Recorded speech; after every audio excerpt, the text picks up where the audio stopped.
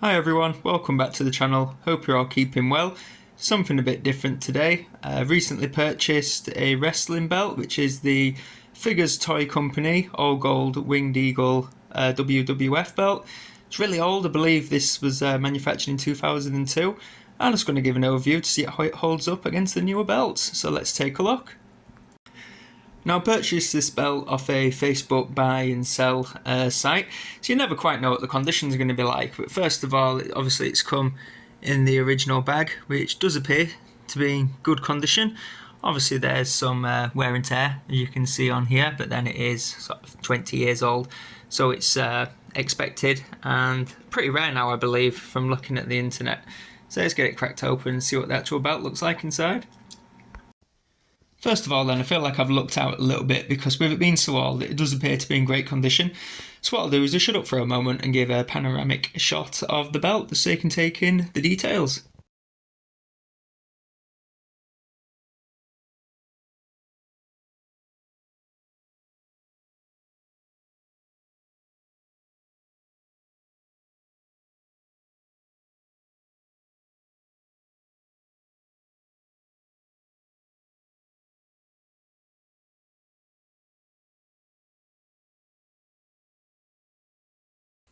This version is also signed by Bret Hart, and there's a certificate of authenticity as well, which is nice.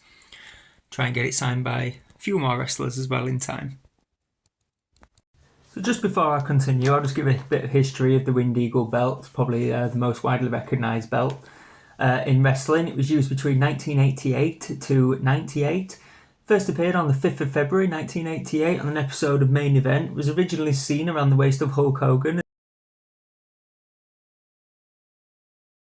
as he entered the ring for his match against Andre the Giant. To the Million Dollar Man, dropped the belt to Andre. Jack Tunney then later announced the belt to be vacated, which triggered a tournament which Randy Savage won.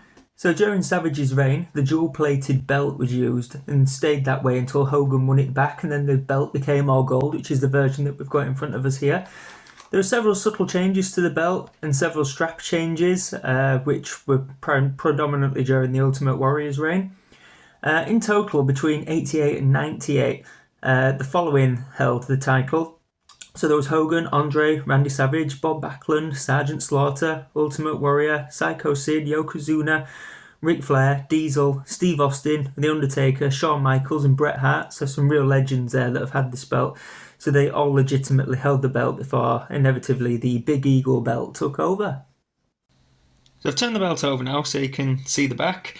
Now, I was completely wrong with the year that it was manufactured. It actually says on here, if it focuses there, 2008. You can see there, though, it's from Figures Toy Company, or as they're more affectionately known, Figures Inc. They were a company that started in 1989, and from 93 they started focusing predominantly on collectible wrestling merchandise. From 2001 they got the contract to sell and produce replica wrestling belts, and I believe that carried on until 2013 and that contract ended. So the back of this belt, it has stayed in really good condition, presiding the age. Obviously it isn't covered with leather at the back, the screws are exposed, but I still think it looks good, especially for the age. And the belt's got some real weight to it as well. Now, not as much as the new ones that you can get off the WWE shop. It isn't leather, but it, like I say, it is holding up well. It's quite heavy, quite pliable, and overall I'm sort of pleased with it so far. Now, a few things to note with this belt then. So it does have the WWF logo adorned throughout, both on the main plates and the side plates, which is different to the belts that you can get now, which have all just got the WW on there. So I do really like that about this one.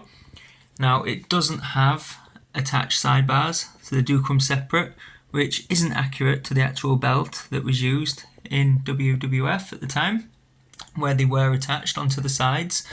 But I think for the day of when this was produced, it looks good, and they've only just really started doing that now with the official belts, where they're actually attaching them to the side of that main plate. Now, the plates are 2mm thick, which means that the etching that are on them isn't super detailed. You can get 4mm versions now, which obviously does have more detailed etching, but then they have the WW logo on them, not WWF. So I think it depends what your priority is when it comes to having these belts. And the leather isn't as thick either as what the belts are today, as you can see there if it focuses. Like I say, it isn't a proper leather, but it's got some nice detailing on there. It has got a good bit of weight to it, and overall it does feel nice and it looks really good. Like I mentioned at the start, I do think I've got quite lucky with the condition of this. As you can see, it's not got too many blemishes, scratches, it's all nice and shiny, and it's going to look nice hung up on the wall as well. So I'm really pleased with it.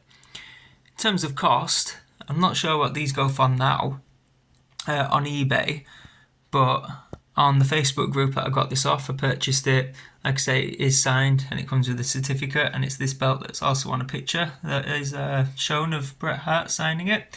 I got this for £360, so that's English money sterling, which I was quite happy with.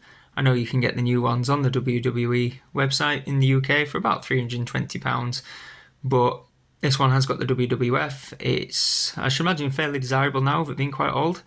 It's also signed, and yeah, overall I think it looks nice. I'll definitely start collecting more of these wrestling belts. It was from the era where I was watching wrestling all the time. I do feel it's a much better era than today, and yeah, really pleased with it. Hope you've enjoyed this video, giving you a bit of an overview of the belt that I've got. If you've got any questions, just pop them in the comments. Anything that I've got wrong, put that in the comments as well. And enjoy your day, everyone. Thank you, bye.